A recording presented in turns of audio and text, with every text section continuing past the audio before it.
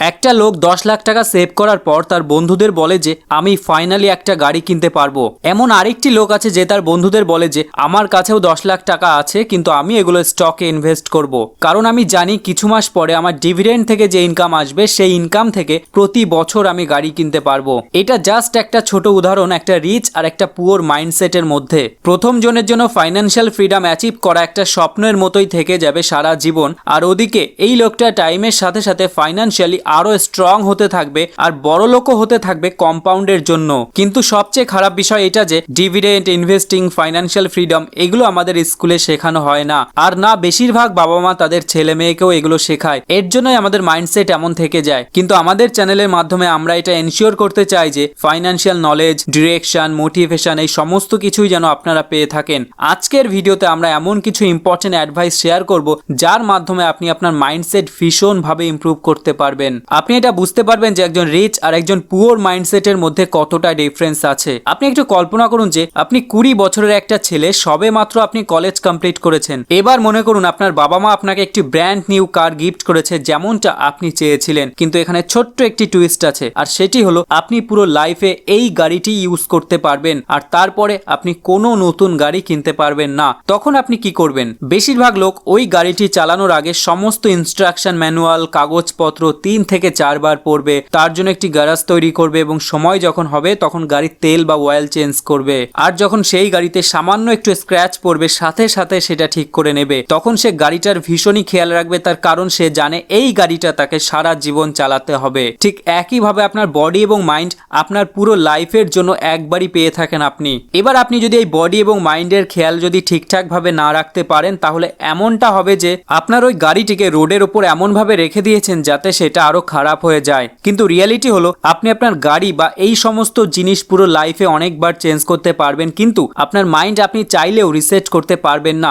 এটা কোনো ভিডিও গেমও না যে আপনি আবার প্রথম থেকে শুরু করতে পারবেন। যারা জীবনে অনেক বড় হয় তারা ছোটবেলা থেকেই তাদের মাইন্ডসেট অন্যভাবে তৈরি করে নেয় যাতে তারা আলাদা একটা ডিরেকশনে হাঁটতে পারে। আমি যখন কলেজে ছিলাম তখন আমাদের প্রফেসর আমাদেরকে জিজ্ঞাসা করেছিলেন যে বলো তো তোমাদের সবচেয়ে মূল্যবান সম্পদ কোনটি? কিছু লোক বলেছিল আমাদের বাড়ি, ঘর, ইনভেস্টমেন্ট, বাইক, আরো কত কিছু, কিন্তু আসল উত্তরটা ছিল অন্য, আর সেটা হলো আপনার মাইন্ডসেট।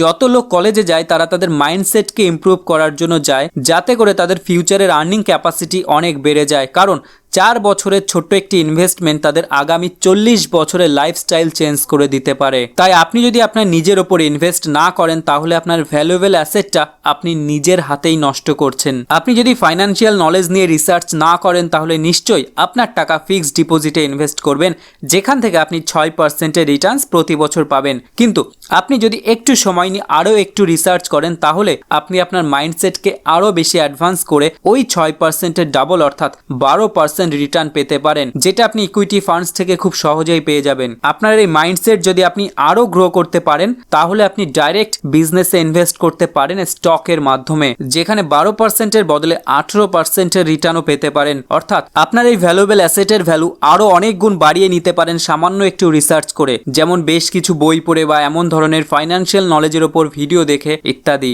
বেশিরভাগ মানুষ কমেন্ট করে যে তাদের 20s-এ তাদের কাছে তো বেশি টাকা থাকে না, যেমন 2000-3000 এমন টাকায় থাকে যেটাও তাদের পকেট মানি, আর তাদের মনে হয় যে এই টাকা অন্য কোথাও ইনভেস্ট করে যদি আরো বেশি রিটার্ন পেতে পারতাম। এখানে ম্যাক্সিমাম লোকজন খুব ইম্পর্টেন্ট একটা পয়েন্টকে মিস করে ফেলে। হতে পারে আপনার কাছে অতটাও টাকা নেই, কিন্তু আপনার ফাইন্যান্সিয়াল নলেজের লার্নিং আপনি এখন থেকেই শুরু করতে পারেন। এখানে যাদের মাইন্ডসেট ভীষণই পুয়ার তারা মনে করে যে তাদের কাছে অনেক টাকা যখন আসবে তখন তারা টাকা ম্যানেজ করবে বা ইনভেস্ট করবে, কিন্তু যাদের মাইন্ডসেট অনেক বেশি অ্যাডভান্সড তারা মনে করেন যে আমি এখন থেকে টাকা পয়সা ম্যানেজ করা শুরু করব, মানি ম্যানেজমেন্ট শিখবো, তাহলেই না আমার কাছে পরে অনেক টাকা আসবে। ইন্টারেস্টিং ব্যাপার হলো যখন আপনার কাছে অনেক টাকা আসবে তখন আপনার ফাইন্যান্সিয়াল নলেজ অনেক বেশি ইমপ্রুভড হয়ে যাবে অটোমেটিক্যালি। এই কারণেই বড় লোকরা সবসময় ইনভেস্টমেন্ট খুঁজতে থাকে আর গরিব লোকেরা সবসময় এক্সকিউজ খুঁজতে থাকে।